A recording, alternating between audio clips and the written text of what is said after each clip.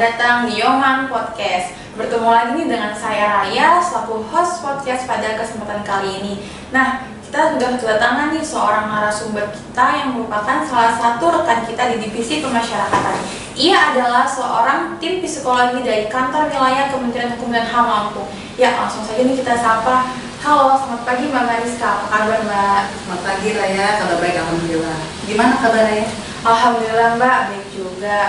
Nah, kebetulan nih kita lagi bersama Mbak selaku tim psikologi dari kantor wilayah Kementerian Hukum dan HAM Lampung. Mungkin di sini kita bisa nih Mbak berbagi informasi agar masyarakat luar nih tahu banyak kegiatan positif yang dilakukan oleh petugas pemasyarakatan di dalam lapas maupun rutan. Kita akan tanya-tanya nih Mbak mengenai program pembinaan terkini untuk warga binaan pemasyarakatan di lapas maupun rutan. Oke nih Mbak, pertanyaan pertama nih Mbak, program pembinaan humanis itu maksudnya gimana sih Mbak? Mungkin bisa dijelaskan agar masyarakat bisa tahu Mbak. Jadi begini Raya, program pembinaan humanis itu pada dasarnya yaitu program pembinaan yang memiliki prinsip pendekatan humanis. Jadi kita sebagai para petugas nih harus memahami bahwa warga binaan itu pada dasarnya juga manusia kan, ya kan? Mereka juga makhluk sosial.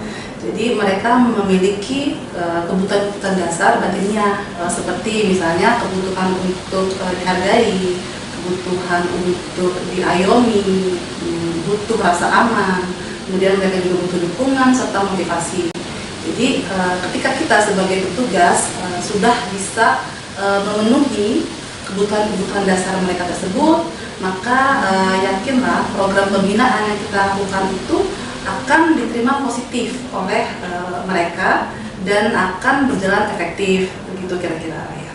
Wah, ternyata pembinaan humanis ini berbasis layanan konseling psikologi ya Mbak ya? Ya.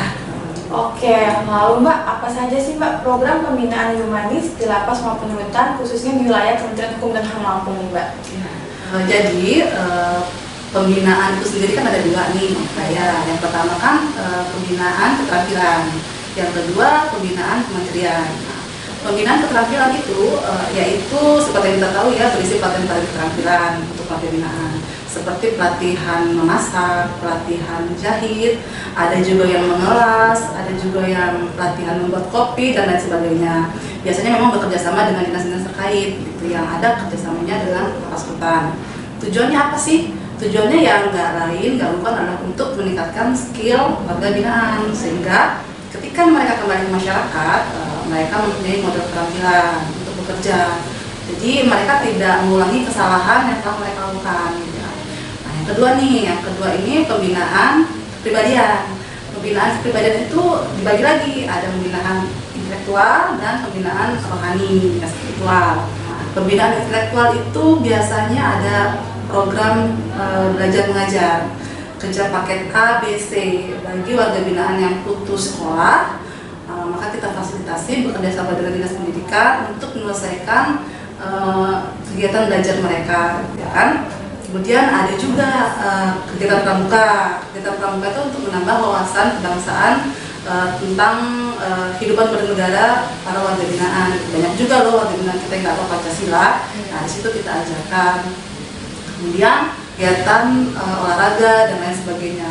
Kemudian untuk pembinaan rohani atau spiritual itu berisi pengajian, biasanya taklim gitu ya, kerjasama dengan dinas Kementerian Keagamaan biasanya gitu. Itu untuk yang beragama Islam. Kemudian ada juga kebaktian untuk yang beragama Nasrani, kan? Nah, khusus di wilayah Lampung kita ada program sendiri nih. Itu merupakan program gagasan dari Kadifas Lampung, Bapak Dr. Farid Junaidi. Programnya apa aja sih? Program itu ada 3. Jadi yang pertama ada program salam pemasyarakatan Raya. Program salam pemasyarakatan itu ialah suatu kegiatan. Jadi di mana para petugas itu datang menyapa langsung warga binaan ke dalam blok hunian. Ya, biasanya terdiri dari tim. Dari satu tim itu terdiri dari beberapa bidang. Ada bidang keamanan dan ketertiban kamtip ya. Kemudian ada bidang pengamanan dari KPLP, juga ada bidang dari pembinaan, ada perwakilan dari bimbingan kerja gitu. Tujuannya apa sih mereka semua tergabung di situ? tujuannya mereka di situ untuk mendengarkan segala keluh kesah warga binaan di dalam gitu. Jadi permasalahan yang mereka utarakan di dalam itu bisa langsung ditanggapi dari berbagai bidang yang ada di dalam tim tersebut gitu kan. Jadi selain itu kita para petugas itu di dalam mengamati sekeliling blok hunian. Jadi jikalau ada yang harus diperbaiki, misalnya kebersihan blok, itu bisa kita perbaiki. Kemudian sambil kita lihat nih segi keamanannya, atau misalnya ada temboknya yang bolong, itu bisa terpantau oleh para petugas langsung kan. Tujuannya apa sih? Tujuannya yaitu untuk sebagai langkah deteksi dini, untuk pencegahan gangguan keamanan keterlibatan tentunya kan. Jadi program ini menyasar untuk kegiatan pembinaan dan keamanan secara bersamaan gitu. Kemudian yang kedua ya ada Selamat Pagi Konseling. Selamat Pagi Konseling ini kegiatan lanjutan dari Selamat Pemasyarakatan.